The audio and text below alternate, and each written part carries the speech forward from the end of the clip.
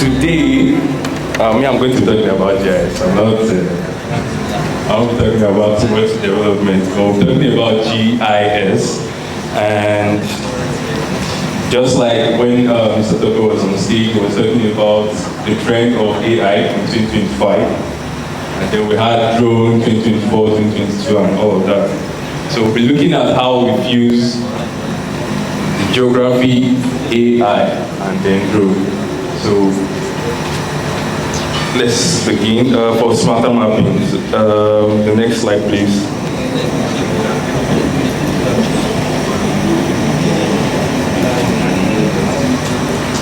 All right, so we are in an era where there's a rapid technological innovation, and the fusion of Geo-AI and drone technology is actually reshaping the future of mapping. And we all agree that the traditional method has been very, very tedious.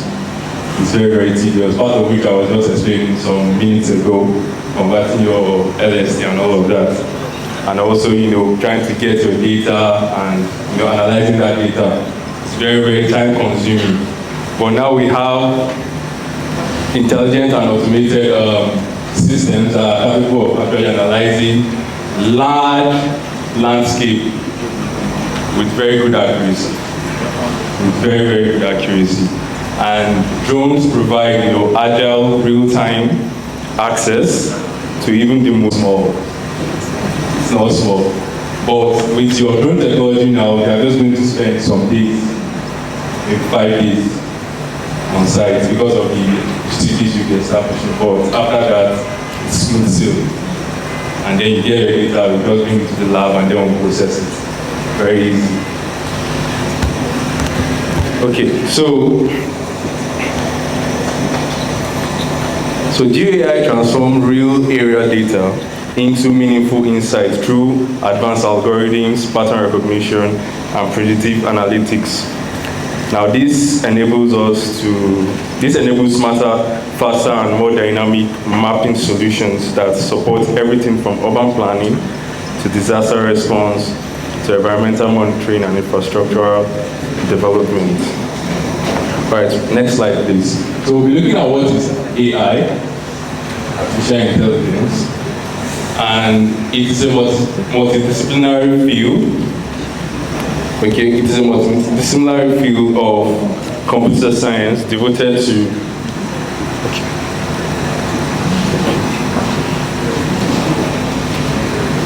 So it's devoted to creating systems capable of transforming tasks that typically require human intelligence, such as perception, learning, reasoning, problem solving, language understanding, and decision making. It encompasses what? A broad set of computational techniques, including machine learning, which Mr. Messi talked about. So machine learning, deep learning. So the first layer is machine learning. The other layer is deep learning. Okay? And then we have natural language processing, computer vision, knowledge representation, robotics, and expert systems. So artificial intelligence is a combination of machine learning, deep learning, and all these other computational techniques. Before, when we used to do land cover classification, we used the math of the floor. Okay? What is the pattern over time? As organization grew over time. All these are what GIS helps us to understand. And so many more. And GIS will cut across a lot of fields, not just restricted to geography now. Goes to economics, finance, want to cite a new bank, for example, and get the data of all the customers, code their addresses, and so where are all the customers coming from? If we see that they are traveling a long distance to get to banking facilities, then you can suggest the bank should cite one close to their customers for easy access. So you don't just randomly pick the sites to now cite your bank. There are other criteria you look into, and then you cite your bank there as well. So a lot of agriculture in agriculture as well. You want to go into agriculture, you want to plant a certain crop. You get your data, when you get your data, you do your analysis, all the multi-criteria decision analysis, and you look for the suitable place to plant your crops. Are we together? So these are things that GIS helps us to understand. Just name it a few. Now, a brief history of GIS. Brief history of GIS. Who knows the history of GIS? Where it actually started from?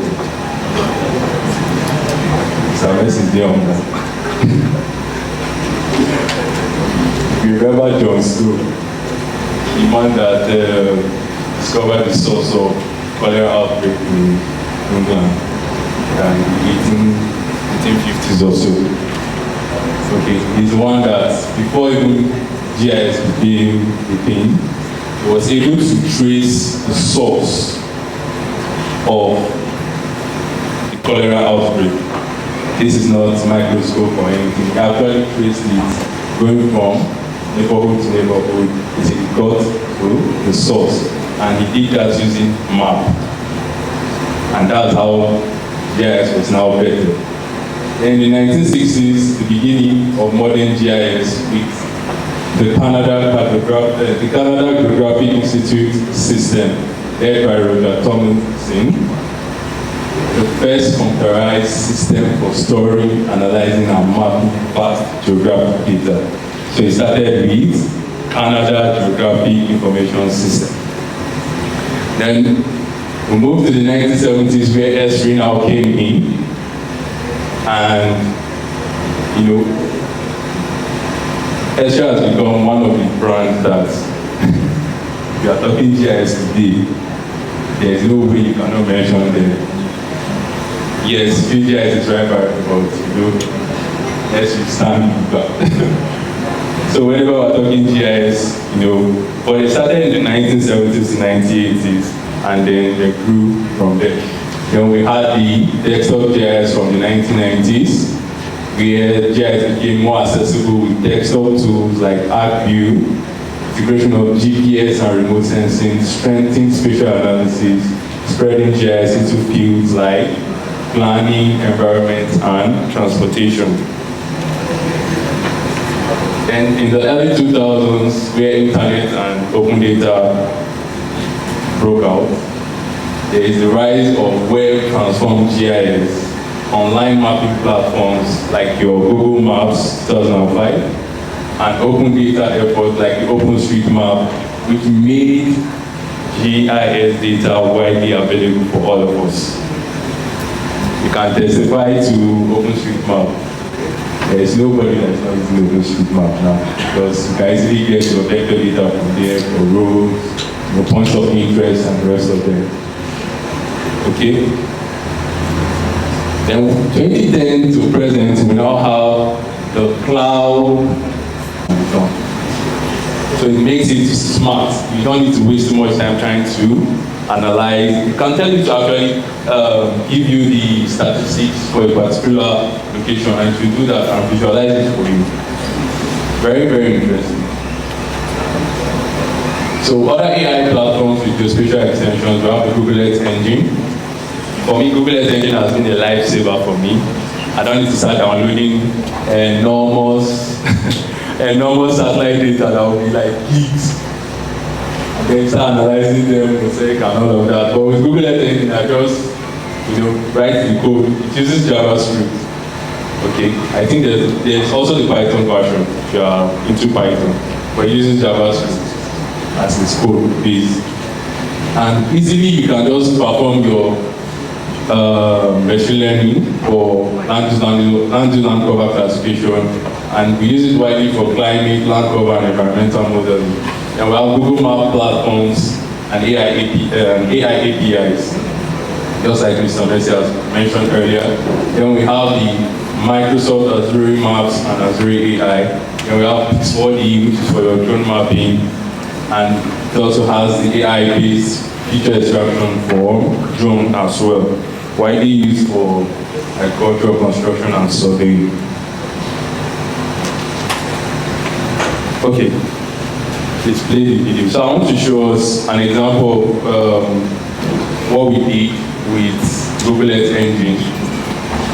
So we have a lot of work here. So this is the land use and cover for Nigeria, where we picked the training samples.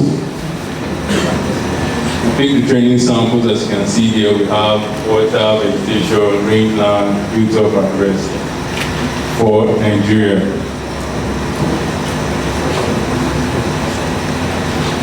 Once you pick your training samples, then you can see here we have the codes, the functions, and everything right there. So when we click run, you will just see that the image will be classified. So these are the codes. It's very lengthy, yes, very lengthy. So you cannot a coder now, I know. But the essence of this is to create a platform where we can easily just compare between two states or within states, you know, what has happened over time, and look at the pattern that has occurred over time.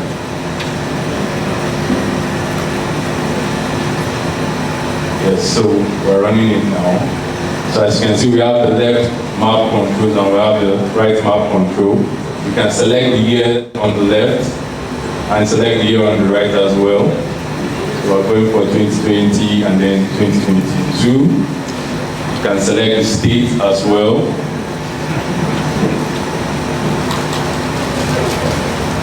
You can select the state as well. So we're comparing between 2 years. And what we do is automatically calculate the statistics and give us the results.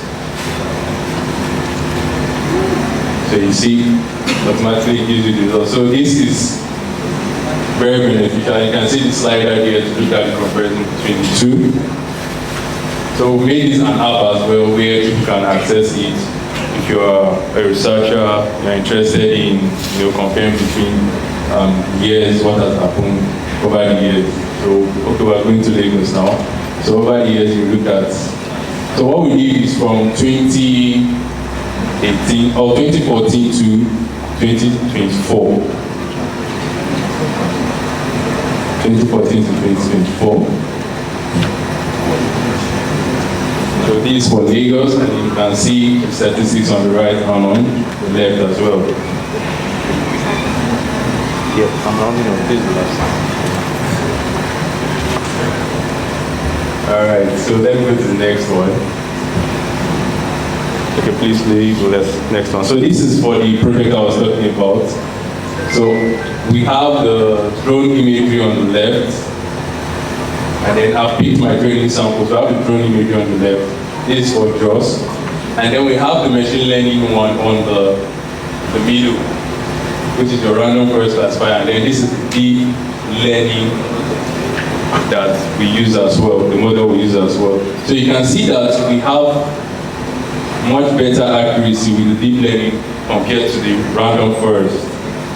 You can see we have these yellow patches for this water body, but for the deep learning, those patches are no longer there. So it gives us a better result.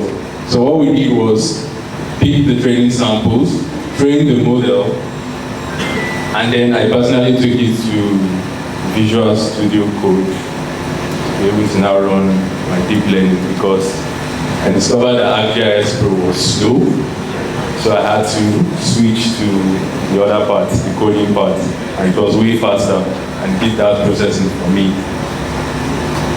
So you can see this is within the ArcGIS environment to train the deep learning model to create the model for you and then give you your prediction.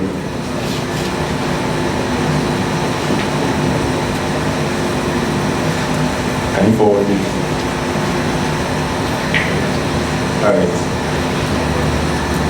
So in conclusion, GIS and AI synergy together they create a powerful system for smarter mapping and decision making. Just like that previous video, that's the model I was talking about, that I can use that model for any project within JOS. We do any project in JOS, I just need to bring in the model and to give me my image classification very fast. Okay? And then the core roles, GIS provides the location data, AI analyzes the pattern, automates the tasks, and predicts changes for us. And then we have transformative impact, turning complex spatial data into fast, accurate insight for better planning, monitoring, and problem solving across